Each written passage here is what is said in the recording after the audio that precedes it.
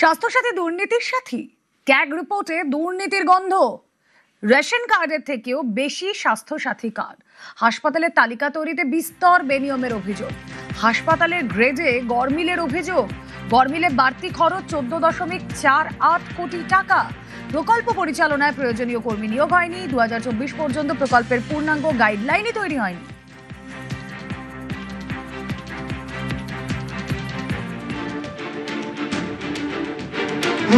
একটা দুর্নীতি ছিল, কিছু মানুষকে টাকা পাইয়ে দেওয়ার জন্য ব্যবস্থা ছিল এবং সেই টাকার কাটমানি চলে যেত তৃণমূলের ঘরে এবং তৃণমূল নেতা নেত্রীদের বাড়িতে। এই পরিস্থিতিটাকে বদলাতেই হবে।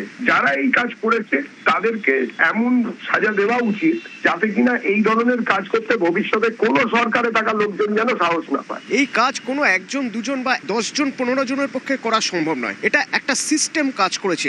সেই সিস্টেমে যারা ছিলেন তাদের তো আগে চিহ্নিত করা প্রয়োজন। একদমই প্রয়োজন। কবে চিহ্নিতকরণ হবে তারপরে সাজা হবে এরকম নয়, চিহ্নিতকরণ এবং সাজা একসঙ্গেই চালাতে হবে এবং অন্তত মামলাতে যারা যারা প্রথমের দিকে ধরা পড়বে সবকটাকে জেলে পড়া দরকার, যাতে কিনা মানুষের ট্যাক্সের টাকা নিয়ে এরম নয় ছয় করার অধিকার এদের নেই, সেটা যাতে মানুষের কাছে গিয়ে পৌঁছয়।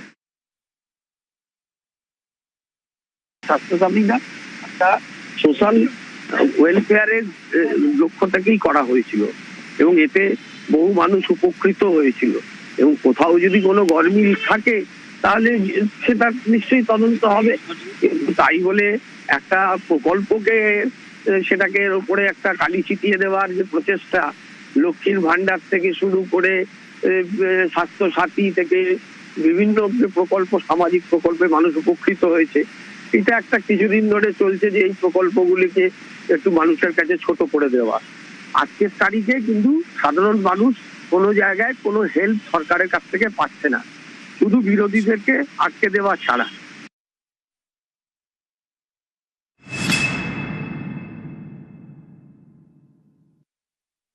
এই স্বাস্থ্যসাথী প্রকল্পকে নিয়ে ব্যাপক দুর্নীতি রয়েছে।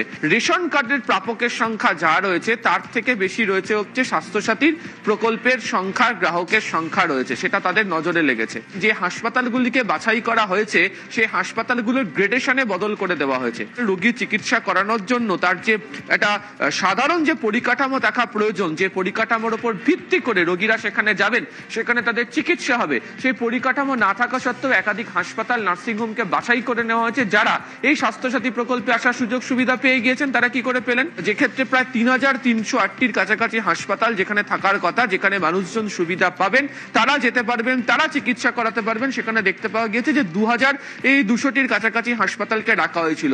একই সঙ্গে হচ্ছে যে বিমা, সেই বিমার অর্থ যেটা সংস্থাগুলোর থেকে রাজ্য সরকারের পাওয়ার কথা, সেখানেও তারা পাননি।